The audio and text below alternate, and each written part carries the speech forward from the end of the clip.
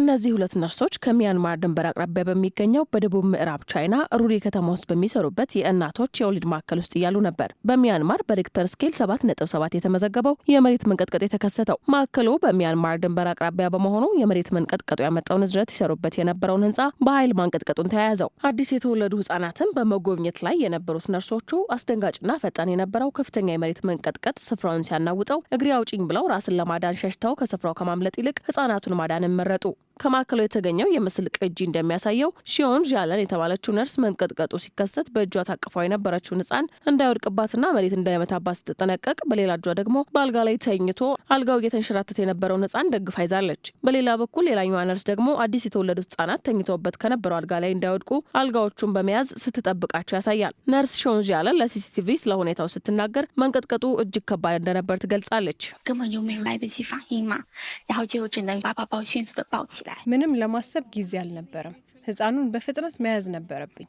በወቅቱ በጣም ተጨንቄ ነበር። በአእምሮዬ ቀጥሎ ምን ማድረግ እንዳለብኝ እያሰብኩ ነበረ። አብራኝ የነበረችው ነርስ ባልደረባዬን መጠበቅ ፈልጋለሁ። እሷም በሰዓቱ ሌሎች ህፃናትን ይዛ ነበረ።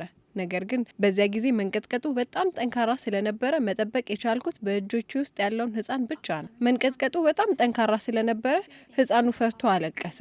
ወዲያው እኔም አይዞ እያልኩ እንዲረጋጋ ረዳሁት።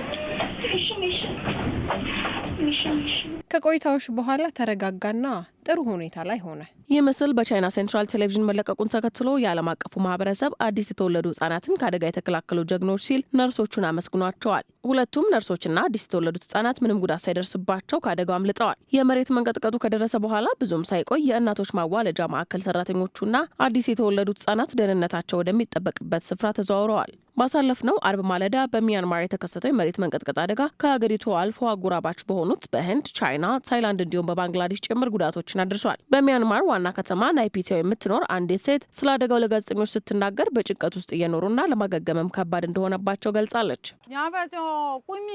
ምንም የቀረ ነገር የለንም። መኖሪያ ቤታችን ወድሟል። በእንቅልፍ እጦትና በጭንቀት ውስጥ ነው እየኖርን ያለ ነው። ምሽት ላይ በሰፊ ክፍት ቦታ ላይ እንተኛለን። ነገር ግን በደንብ መተኛት አልቻልም። ምግብ መመገብም አልቻልም። እኔ ውሃ ብቻ እየጠጣው ነው። በዚህ ሁኔታ ህይወታችን ወደ ቀድሞ የሚመለስ አይመስለኝም። ምንም የቀረን ነገር የለም። አሁን ምግብ እንኳን መግዛት አልችልም።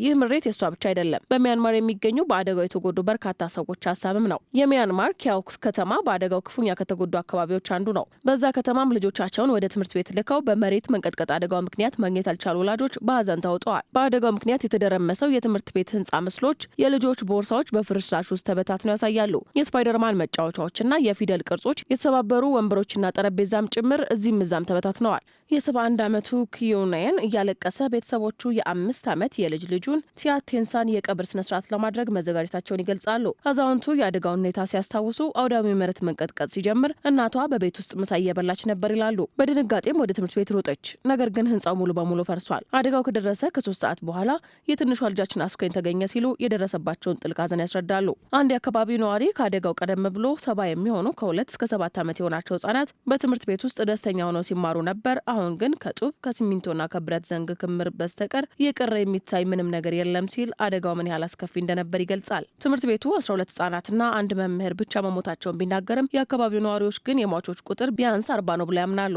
በመላው ከተማዋ የነፍስ አድን ሰራተኞች ዜጎችን ለማዳን ጥረት እያደረጉ ነው። በሀገሪቷ የደረሰው አጠቃላይ የጉዳት መጠን ባይገለጽም ሰዎች ፊታቸው በሀዘን ተውጧል። በሚያንማር እየተባባሰ የመጣው የሰብአዊ ቀውስን አስመልክቶ የእርዳታ ድርጅቶች እያስጠነቅቁ ነው። ሆስፒታሎችም ተጎድተዋል፣ ተጨናንቀዋልም። በሚያንማር የተከሰተው የመሬት መንቀጥቀጥ ያስከተለውን ከፍተኛ ውድመት ተከትሎም የሀገሪቱ ወታደራዊ መንግስት ከትላንት ጀምሮ ለ1 ሳምንት ብሔራዊ ሀዘን ማወጁ ይታወሳል። በሚያንማር ሳጊንግ ግዛት መነሻውን ባደረገው በሬክተር ስኬል 7.7 በተመዘገበው ከባድ የመሬት መንቀጥቀጥ አደጋ የሟቾች ቁጥር ከ2000 በላይ ማሻቀቡ ሲገለጽ 4000 ያህል ሰዎችም ቆስለዋል ተብሏል። በተመሳሳይ በአጎራባሽ ሀገራት ታይላንድ 20 ሰዎች መሞታቸውም ታውቋል። በሁለቱ ሀገራት አሁንም የተደረመሱ ህንፃዎች ውስጥ የህይወት አድን ስራ የቀጠለ ሲሆን የሟቾች ቁጥር አሁን ካለበት ሊያሻቅብ እንደሚችልም የሚወጡ መረጃዎች እያመላከቱ ነው።